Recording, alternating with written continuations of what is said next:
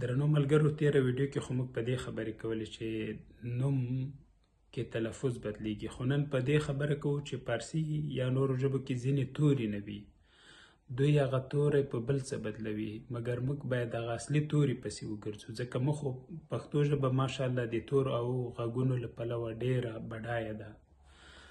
اوس روسي، جرمني، جاپاني کې څ او ښین اواز شته. پارسي کې دغه څ او ښین اواز چې نشته، دوی بیا څه کوي؟ یا مثلا اردو کې هم دا اوازونه نشته. څ چې د په تیزې یا تز، تس یا سین او خې باندې بدلوي، ښین یعنی په خې بدل کی. لکه تیره ویډیو کې موږ مثال د څار ورکړ چې په تزارې بدل کړی، یعنی تیزې سره. عربي کې بدل ده، پارسي کې بدل ده، اردو کې. خو موږ یې څار وایو، ځکه یې وایو چې موږ خو څ لرو. دا نومونه به په څ او ښین سره لیکو. لکه اوس سونامي جاپاني ژبې لفظ دی، سونامي ډېر دود شوی ده.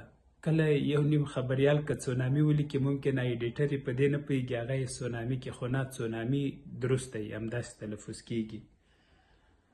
یا مثلا دغه مراد کاکا الله دې وبخي، د ده نوم تیڅو ناکامراده، خو مشهور شوی افغانستان کې پټ شي د تیڅو. څ په پارسي کې نه تلفظ کېږي، څ په ت او سین بدله کړي، خو موږ پښتو کې باید تیڅو ولیکو. او یا مثلا چې روسي ته راسو، یلسین د روسیې پخوانی ولسمشر و، دا یلسین دود شوی، خو یلسین یې غوره ده. دا ډول دا د اوکراین سره ښارونه چې د دونیتسک، دا دونیتسک باندې لیکل سم نه دي، دا ډول لیکل سم دي پښتو کې.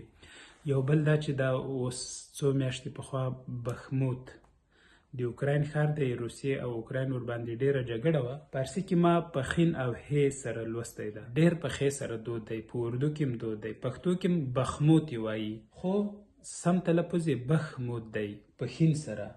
یعنی بخموت یې مه وایي، بهموت یې مه وایي، بخموت یې وایي. ښین شته د پښتو کې. نو زموږ به بله ښه والی دا وي چې خپل توري به موږ ساتلی وي. داسې مثال لري لکه تا سره یوه پانګه ده، نه یې استعمالوي، په کار د استعمالي کې. یا مثلا دغه د جرمني اوسنی لومړی وزیر دی یا پخوانی لومړی وزیر و، د دوی نومونو کې څ او ښین راځي. ګوره اوسنی لومړی وزیر چې ده فریدریخ مرц، دا تلفظ کېږي، تاسو چې ګوګل کې واچوئ جرمني سره، فارسي کې فریدریش مرц لیکي، او موږ ته پکار ده دا شی ولیکو، فریدریخ مرц هم یې تلفظ کو.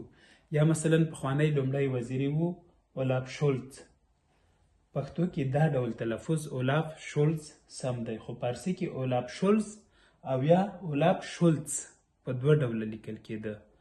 وروسته هم کېدای شي ولیکل شي، ځکه هغه هم یو ګوند کې اوس هم فعال سیاسي غړی دی.